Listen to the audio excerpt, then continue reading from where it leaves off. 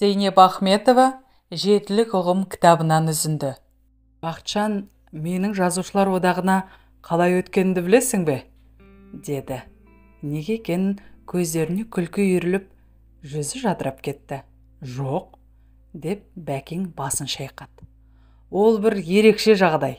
Ешкімнің басында болмаған, болмайтын да оқиға, деп Нәкең әңгімеге кірісті. Соншалықты не керемет екен, деп мен де құлақ салдым.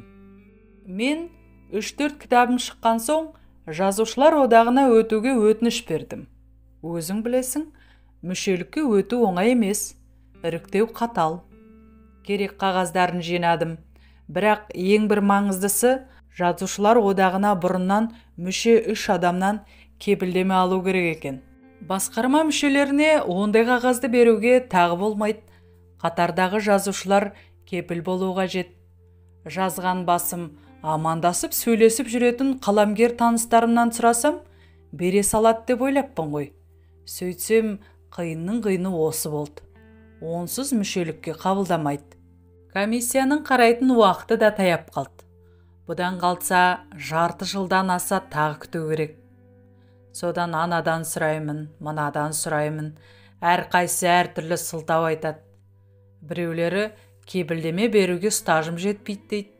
Біреулері кітабыңды оқыған жоқпын, шығармашылығыңмен таныс емеспін дейді. Енді біреулері бар демес, жоқ демес, ұзын арқау, кең тұсау салып алдайды.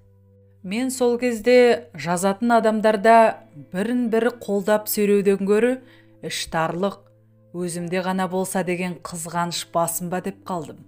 Не дейсің, әбден тауым шағылып, бетім қайтып, еңсем түсе бастағанда Құдайдың құдіреті Бәукеңді ойыма алдым. Не болса да сол болсын, азар болса қуып шығар, жығылсам нардан жығылайын деп Бәукеңе келдім. Бұрын келіп жүрген үйім болса да, есіктің алдында ішке ене алмай қатты қобалжыдым. Ақыры кіріп, Бәукеңе жағдайымды айтып едім, бірден жоқ, деді. Сонда да шегінбей, жыларман болып жалынып жатырмын. Ағатай, сізден басқа барар жерім, басар тауым қалмады. Алматыда мені сүйейтін әке көкелерім жоқ. Саяқ жүрген, тек еңбегін емген адайдың бір баласымын. Менен әлде қайда жас, әлде қайда аз жазатындар тіреуіш тілекшілер болғандықтан өтіп жатқанда өтірік емес. Өте берсін ғой, мен ешкімге көлденең келген емеспін. Айтарым болса, алдына келіп ашық айтамын. Мүмкін солда кедергі ме, білмеймін. Ағатай, сіз демемесеңіз таяныш таппай тұрмын. Тағы талай іштегі өкініш, өтініш, бәрін араластырып төгіп жатырмын. Бір кезде Бәукең ыңыранып, деді де, мен ешқашан ешкімге жазушылар одағына өту үшін рекомендация беріп көргенім жоқ. Ал берсем, өтесің, деді. Мұны естіген соң менің өшуге айналған үмітім жанғандай болып, және жалбарана бастап едім. Қолын сермек тоқтатып тастады. Әкел қағазды, деді. Сендерге өтірік, маған шын, көзімнен жас шыға жаздап. Бәукең қағазды алды да былай деп жазды.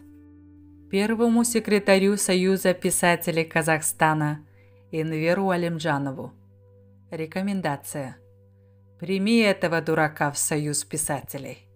Если примешь, еще одним дураком станет больше. Бауыржан Момышұлы, деп қол қойып берді. Құрметті ағайын, танымал атты YouTube арнама өтіп, тіркеліп, тәлімі мол әңгімелерді тыңдап, лайықты болса лайк басып кетулеріңізді сұраймын. Қазақ тілді арнамды қолдауға шақырамын.